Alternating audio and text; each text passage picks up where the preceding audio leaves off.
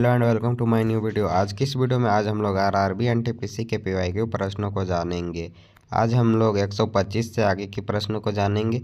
इससे आगे के प्रश्न आगे के वीडियो में कर लिए हैं, तो आगे के प्रश्न जानने के लिए वीडियो को लास्ट तक देखें। और हमारे चैनल में पहली बार है तो भारतीय संविधान का अनुच्छेद 280 इनमें से किससे संबंधित है, बताना है। भारतीय संविधान का अनुच्छेद 280 इनमें से किससे संबंधित है? तो ऑप्शन ए में है हम लोग का निजता, ऑप्शन बी में है वित्त आयोग, ऑप्शन सी में शिक्षा, ऑप्शन डी में समानता। तो इसका करेक्ट आंसर हो जाएगा हम लोग का ऑप्शन नंबर बी, वित्त आयोग। भारतीय संविधान का अनुच्छेद 280 वित्त आयोग से संबंधित है। ऑप्शन नंबर बी जो करेक्ट आंसर हो जाएगा इसका। अगला प्रश्न है, इनमें से किस राज्य को अनुच्छेद 371A के तहत विशेष दर्जा प्रदान किया गया है, बताना है। अनुच्छेद 371A के तहत विशेष दर्जा प्रदान किया गया है किसको? तो ऑप्शन ए में हम लोग का पुदुचेरी, ऑप्शन बी में नागालैंड, ऑप्शन सी में Jammu and Kashmir, option D में गोवा। तो इसका करेक्ट आंसर हो जाएगा हम लोग का option number B, Nagaland. Option number B जो करेक्ट आंसर हो जाएगा। नागालैंड को 371A के तहत विशेष दर्जा प्रदान किया गया है। Option number B correct answer हो जाएगा। फिर अगला प्रश्न हम लोग का, भारतीय संविधान के इनमें से किस अनुच्छेद में नए राज्यों के गठन, सीमाओं के फेरबदल इत्यादि से संबंधित वर्णन किया गया है?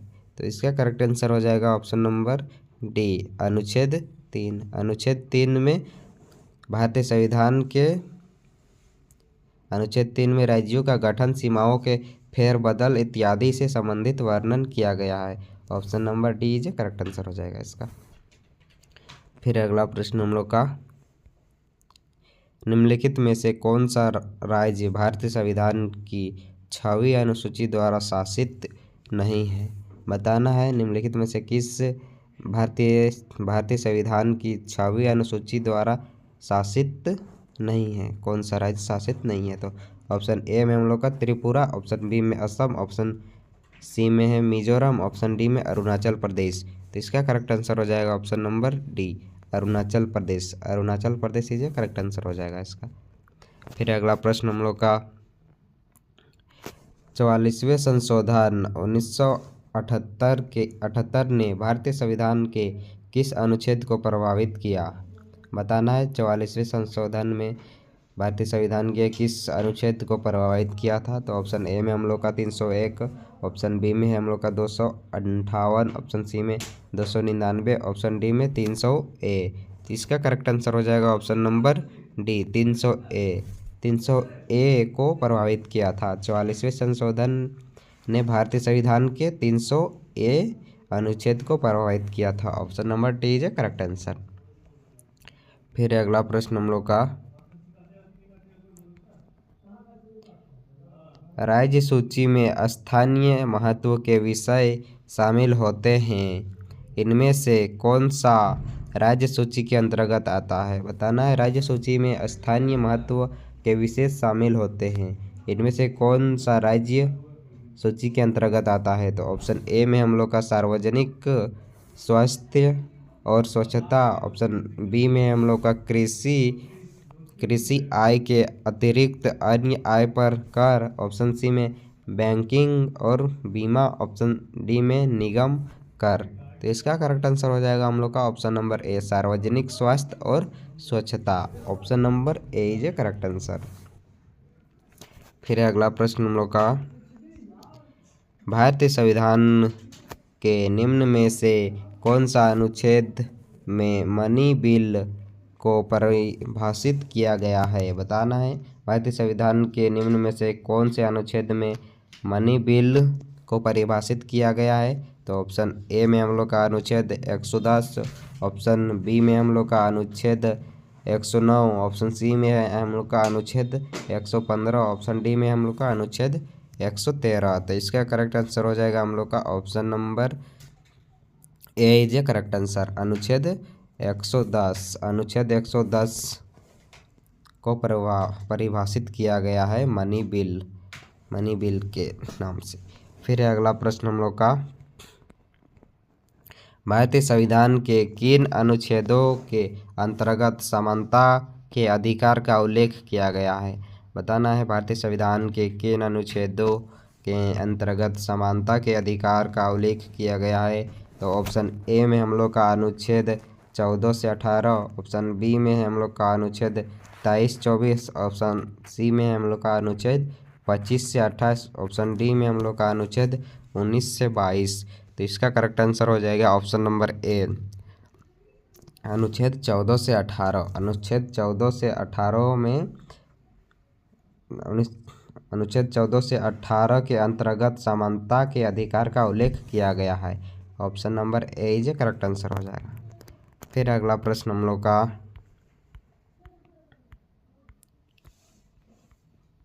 अगला प्रश्न है, भारतीय संविधान का अनुच्छेद 17 किससे संबंधित है? बताना है भारतीय संविधान का अनुच्छेद 17 किससे संबंधित है।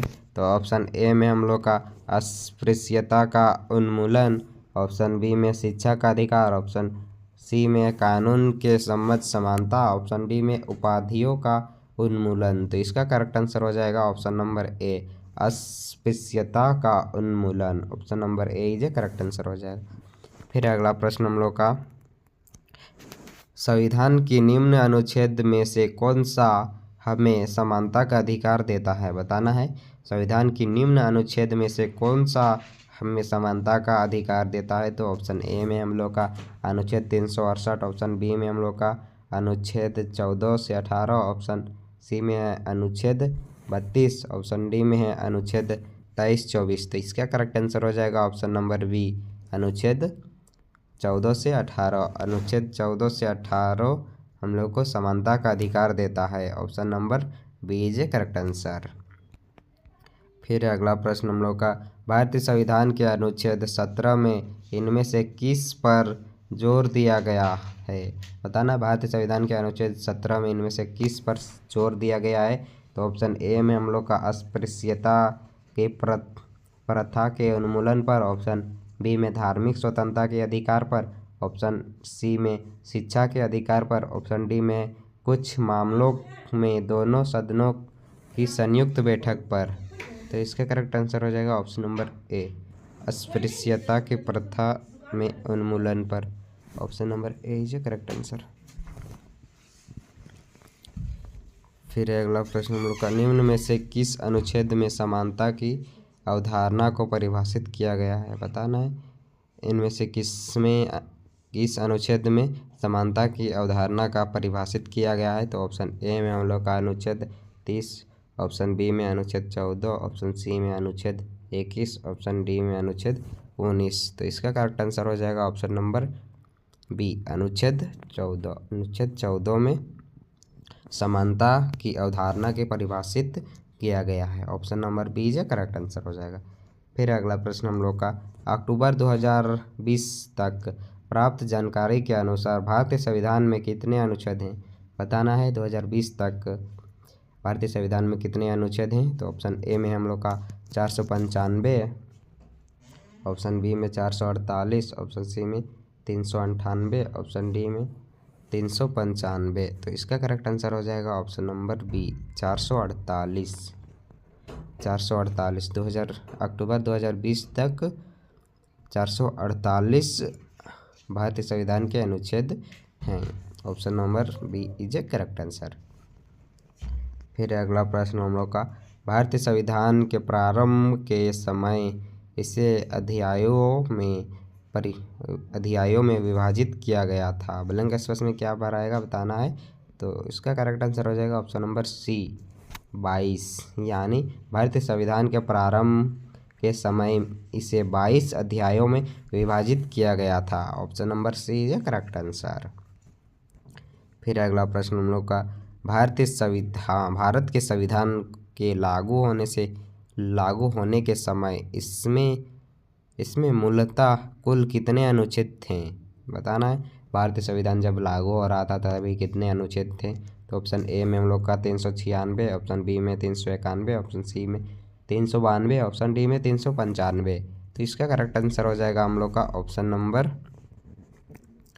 Option number D is a correct answer हो जाएगा, यानी 395। भारतीय संविधान जब लागू हो रहा था तभी 395 अनुच्छेद थे। ऑप्शन नंबर डी इसे करेक्ट आंसर हो जाएगा। फिर अगला प्रश्न हम लोग का, भारतीय संविधान का कौन सा अनुच्छेद अल्पसंख्यकों के हितों की रक्षा के संबंधित है? बताना है भारतीय संविधान का कौन सा अनुच्छेद अल्पसंख्यकों के हितों की रक्षा के संबंधित है।